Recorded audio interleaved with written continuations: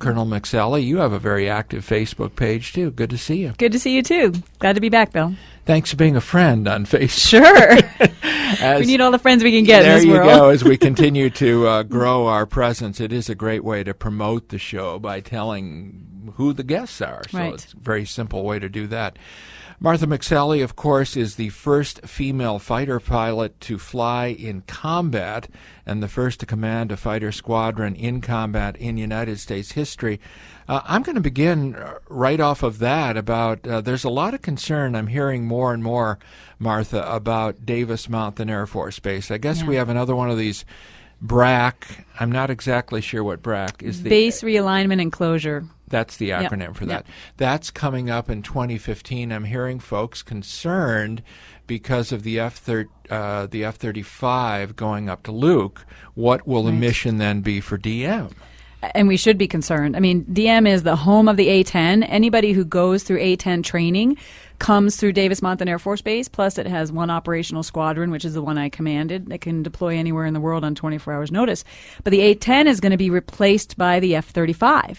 So there's also EC-130s and other missions on the base there, but they are not tied so much to this location as the A-10s are, because the capabilities we have, the Barry Goldwater range and the weather, and actually working with the assets at Luke and other places with Fort Huachuca makes this an incredible national asset for, fighter and combat training.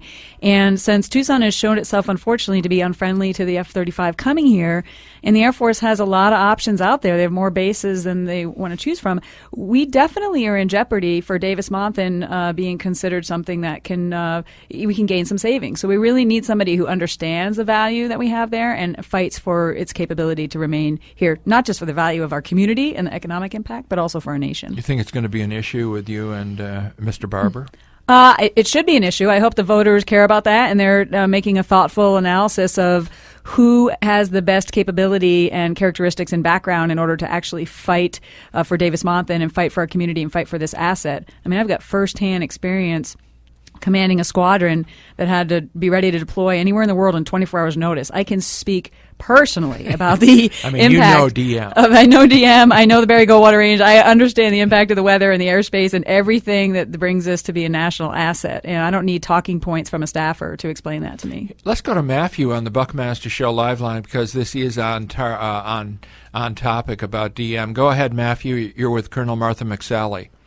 Hi, Martha. Thank you for taking my call, Bill. Mm-hmm. I spoke to Mike Barney because he called in yesterday on the John C. Scott show to say that he had just received a briefing from a 3-star that's working with the Arizona Commerce Authority on DM. Were you aware of that? Bill was just mentioning it to me. Yeah, we're trying to get him on the show here, Matthew, to talk about that. I guess he had a message about DM. Go ahead, Matthew. Here's when I talked to him on the phone afterwards after the show, and I brought up the issue. I was in Senator Blake's office a few weeks back, and I brought this up as well. I keep trying to bring up the issue, and I know Martha's going to understand it, of the concept of a base being designated joint base, i.e. Lewis McChord. You know what I'm talking about. I know exactly what you're talking about. And you and I both know, I'm former military, that all that means is administrative issues in the from taking care of maintenance, right? And civil all the engineers, security forces, all that kind of stuff. Yeah, it's just a gate. I mean, and a long road over at Lewis McChord. But and we both know that Fort Lewis is an Army base, and McChord is an Air Force base, and Army people love to cross over to use the Air Force's facility. So Matthew. how do we get the joint? I've tried to tell people we need to try and get Fort Huachuca and Davis Mountain hooked into some sort of joint base so it gets designated as a joint base. Or why can't we even use the National Guard as a concept to hook up with the 162nd and create the concept of a joint base?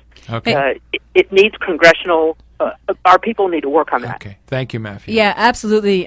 For those who don't understand it, joint base is a great way to gain efficiencies, which we need to do right now with our budget challenges. And so I was just in San Antonio for my nephew's graduation for basic training, and they actually have 4 bases in the San Antonio area that are under Joint Base San Antonio right now.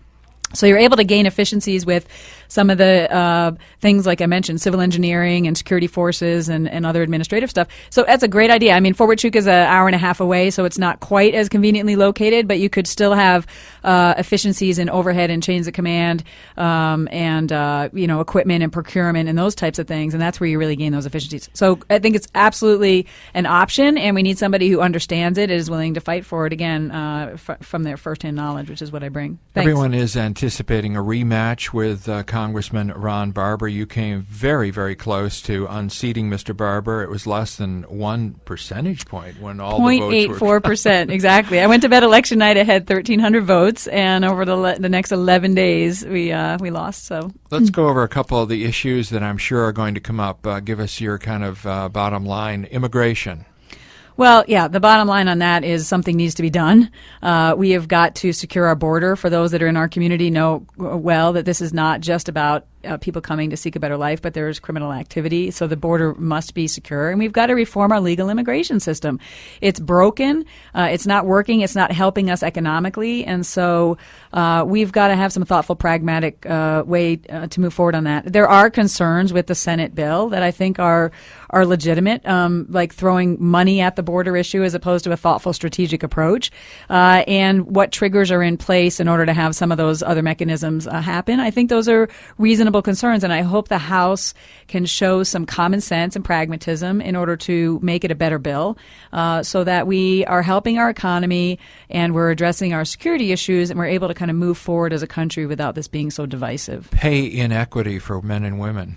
Well, I've been fighting for women my whole life, as you know, and I've been an example and a pioneer and put my career on the line to fight for women's rights. So there is still a huge gap. We are not a good example to the rest of the world as far as what we're at, like 80 cents on the dollar or something, where it's pretty bad. So, I mean, there's mechanisms that we need to look at, federally, state, local, and then also just culturally, whether we're holding companies accountable when women are clearly not being valued at the same rate as men. Also, we need to be, in addition to that, I'm part of the Pima County Women's Commission, as we mentioned, and we need to be making sure women understand how to negotiate, for a good salary, for what their value is. Oftentimes, they don't come to the table with the same sort of skills as the men, and so some of those skills that they need is something I'm passionate about to make sure that they're fighting for their value. So there's legal issues, but then there's also empowering the women in order to be valued for what they bring. If you are portrayed, and this could easily happen, the Democrats portraying you as a right-wing extremist, what will your counter strategy be? Well, this is what they tried in the last election. It was typical out of their national playbook, right? Scare seniors, scare middle class, and scare women. The problem is they kind of, maybe got away with it for a short period of time, but it just happens to not be true. So in the case of related to specifically, I was lumped into the war on women. I mean, give me a break. Of all people to lump into that, it certainly doesn't apply. So, I mean, I've been fighting extremism my whole life. I've been wearing the uniform to defend our country from extremism. I am a leader who is trying to get things done, and I stepped up to run because I really felt things were broken and we needed leadership. And I think we're going to have more time this time. I know we're going to have more time for people to see me for who I really am and not for the lies and the misinformation and the scare tactics that came out of them last time. How about shaking off the image that the Republican Party is a bunch of old white people?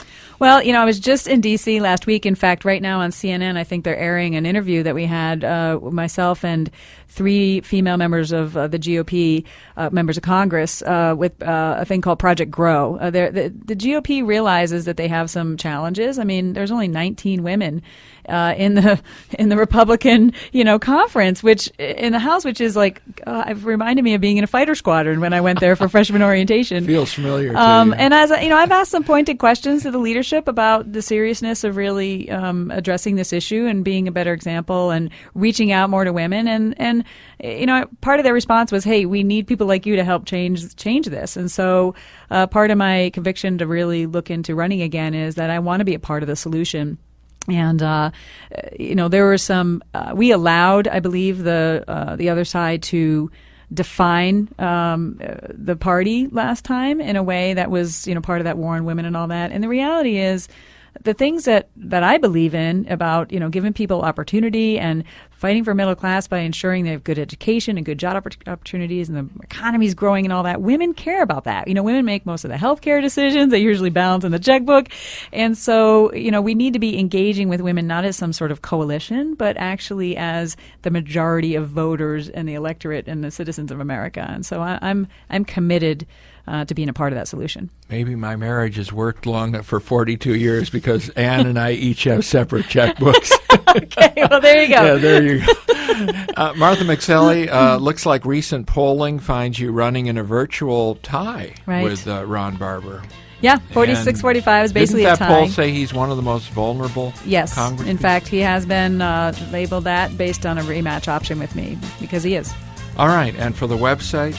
McSallyforCongress.com is our exploratory website, so you can get on that and contribute, and it helps support us as we're trying to build our team right now in our exploratory phase in order to consider taking on another run. Okay, Martha McSally, thanks for being with us. Have a great week. Thanks for having me on, Bill. All right, we've got